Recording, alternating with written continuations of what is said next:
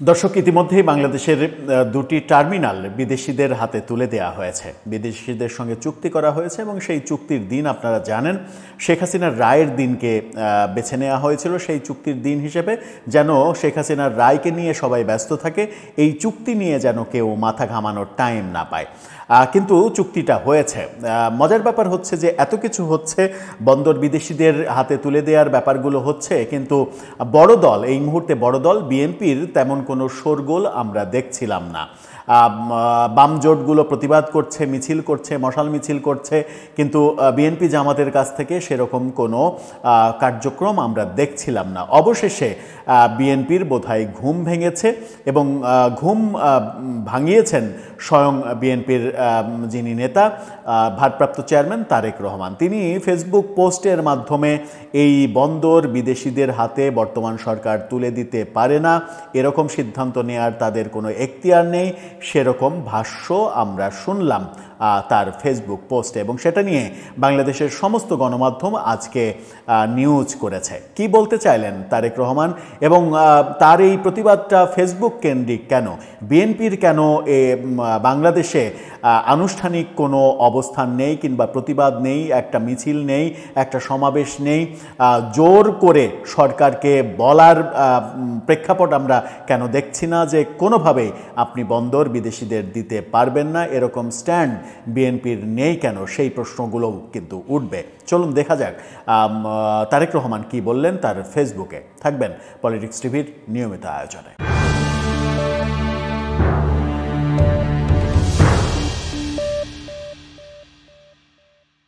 দর্শক, বলছিলাম বন্দর বিদেশিদের হাতে তুলে দেয়া ব্যাপারে অবশেষে বিএনপির বোধহয় ঘুম ভাঙল। জামাত একটা বিবৃতির দিয়েই শেষ করেছে যে এগুলো গ্রহণযোগ্য নয়।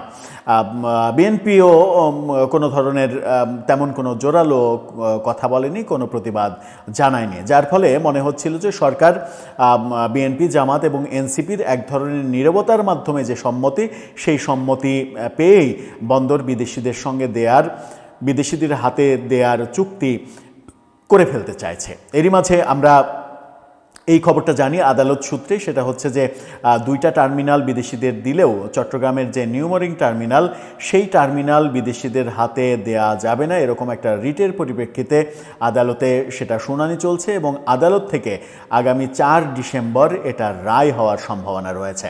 এখন দেখার বিষয় যে রায়টা সরকারের পক্ষে চলে যায় কিনা। যদি সরকার আদালতকে প্রভাবিত করতে চায়, এবং বিভিন্ন সময় বাংলাদেশের ইতিহাসে আদালতকে প্রভাবিত করার ঘটনা আমরা দেখেছি, এবং বর্তমান সরকারের আমলেও আদালতকে বিভিন্নভাবে প্রভাবিত করার অভিযোগ রয়েছে। বিশেষ করে আদালত বিভিন্ন মামলায় জামিন দিচ্ছে না, জামিন শুনানি শুনছে না কিংবা শুনতে ভয় পাচ্ছে, এরকম সমালোচনা গত 15 মাস ধরে আমরা শুনে আসছি। সেরকম মুহূর্তে আদালত কতটা স্বাধীনভাবে মতামত প্রকাশ করতে পারে, সেটাই আমাদের দেখার বিষয়। তারেক রহমান কি বললেন, প্রথম আলো শিরোনামটা দেখলেই বুঝতে পারবেন। সেখানে বলা হচ্ছে বন্দর এলডিসি নিয়ে সিদ্ধান্ত অন্তর্বর্তী সরকার নিতে পারে না। তারেক রহমান সেখানে বলা হচ্ছে অনির্বাচিত অন্তর্বর্তী সরকারের বন্দর কিংবা এলডিসি থেকে উত্তরণের মতো বিষয়ে সিদ্ধান্ত নেওয়ার এখতিয়ার নেই। তারেক রহমান বলেছেন, একটি দেশ যেই সরকারকে নির্বাচিত করেনি, সেই সরকার দেশের দীর্ঘমেয়াদী ভবিষ্যৎ নির্ধারণ করে দিতে পারে না। খুবই স্পষ্ট কথা। চট্টগ্রাম বন্দরের লালদিয়া কন্টেনার টার্মিনাল নির্মাণ, পরিচালনা এবং ঢাকার পানগাঁও নৌ টার্মিনাল পরিচালনার ভার বিদেশি কোম্পানিকে দেওয়া নিয়ে আলোচনা সমালোচনার মধ্যে এক ফেসবুক পোস্টে তিনি এই প্রতিক্রিয়া জানিয়েছেন।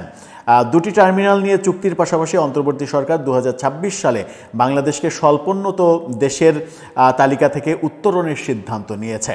তারেক রহমান বলেছেন, দেশের জনগণের ওপর এসব সিদ্ধান্তের দীর্ঘমেয়াদী প্রভাব রয়েছে।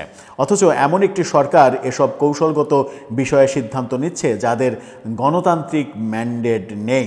নিজের ভেরিফাইড ফেসবুক পেজে ইংরেজিতে লেখা দীর্ঘ পোস্টে তিনি এই দুটি বিষয়ে প্রতিক্রিয়া জানান। পাঠকদের জন্য সেই ফেসবুক পোস্ট বাংলায় অনুবাদও করে দিয়েছে প্রথম আলো। যাই হোক, সেদিকে যাচ্ছি না। মোদ্দা কথা তিনি বলতে চেয়েছেন সেটা হচ্ছে যে অন্তর্বর্তীকালীন সরকারের কোনো এখতিয়ার নেই এই বন্দর বিদেশিদের দেওয়া কিংবা যে কোনো ধরনের দীর্ঘমেয়াদী কোনো সিদ্ধান্ত নেয়ার ক্ষেত্রে তাদের কোনো এখতিয়ার নেই।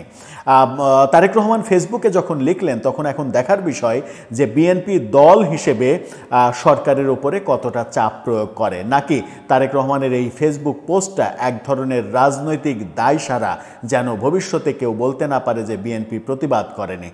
তখন বলা হবে যে না, আমাদের নেতাই তো প্রতিবাদ করেছেন। কিন্তু প্রতিবাদ ফেসবুকে পোস্ট দেয়া আর সরকারের উপরে চাপ সৃষ্টি করা, এই দুটার মধ্যে আকাশ পাতাল তফাৎ রয়েছে। বিএনপির অবস্থানটা সেরকম শক্ত অবস্থান এখন পর্যন্ত আমরা দেখতে পারিনি, এবং বাংলাদেশের প্রায় সমস্ত মানুষ যখন এটার বিপক্ষে, তখন মানুষের পালস বুঝেও বিএনপির এই ব্যাপারে সোচ্চার হওয়া উচিত ছিল।